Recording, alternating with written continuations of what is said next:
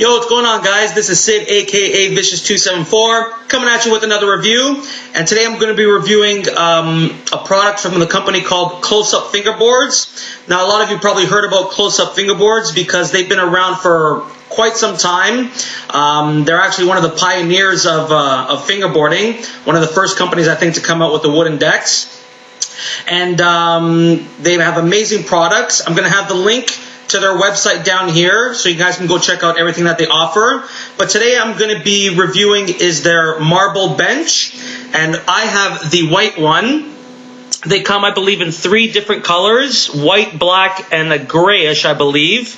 Just want to show you guys the texture there.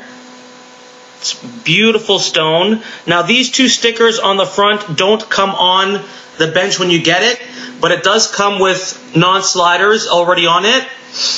And then this sticker here on the bottom came on the bench, and then this one up here I put on myself. So I believe only the bottom sticker is the one that comes on the bench when you order it. To start off, we'll start with the dimensions. It is just over 7 inches long and a bit over 2 inches wide. At the highest point of the back, it is 3 inches tall, and then at the lower point, it is 1.5 inches high.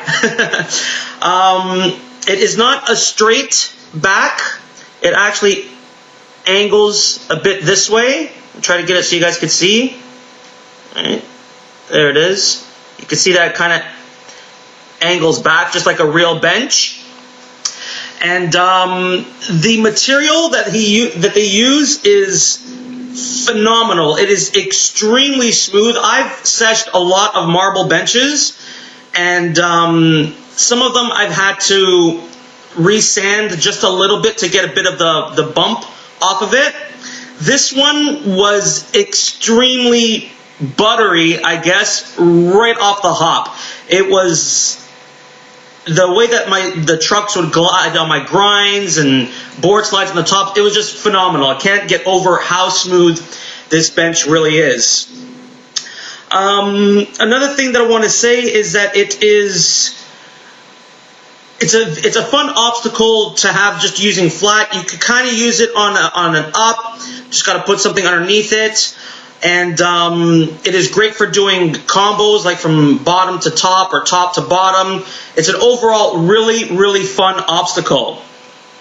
Now, the one thing that I really enjoyed about this bench is the stability.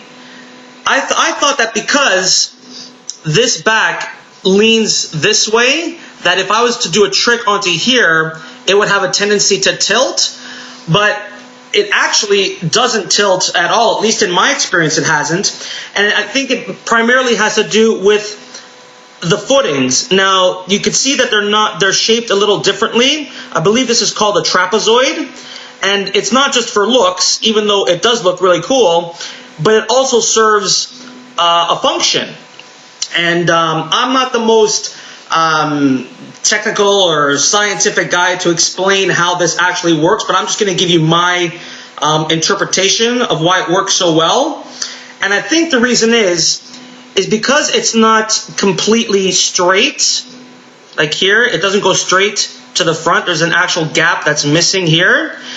That takes a little bit of weight away from each side, which makes puts the center of gravity at the center of the bench.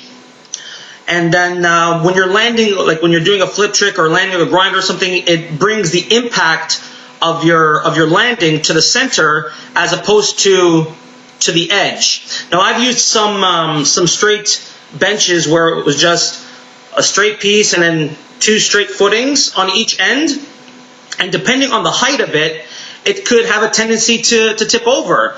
And I think it's because in the back there was more weight because it was a straight leg as opposed to a trapezoid leg going into the center.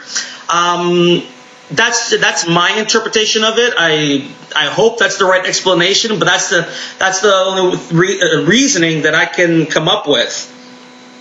It is it is a very, very, very good obstacle. I'm trying to come up with some other words, but it was highly blew my expectations away, especially with the stability. I mean, it is kind of low on the low points, so that kind of helps with the stability instead of it being so high. But then you also got to take into consideration that this is 3 inches high, which is pretty high. So when you're coming to do like a flip to board, I mean, you're putting a lot of pressure on this side, and for it not to tilt over, just blew me away. And that all has to do with the design of the footing. So I give huge props to Close Up for coming up with that idea. All right, guys, so again, I'm just going to show you that it is a beautiful material that they use. Now, this one being the white bench, if you have like colored trucks or graphics that wear away, it could leave a little residue on the bench, but it's because it's white. So, I mean, white stains very easily, as we know, but I've been seshing this one a lot, and the only place that I notice is up here, and it isn't even really that much. Like, oh, sorry, wrong thing. Right here, just a little bit of color has accumulated from like trucks and graphics and stuff like that. But not a big deal. They also come in black and gray, so you don't have to get the white one. There's a variety of colors that you can choose from. They also have fingerboards, trucks, metal core wheels, bearing wheels, all kinds of products that you could choose from. And again, the link is going to be down here in the description for their website.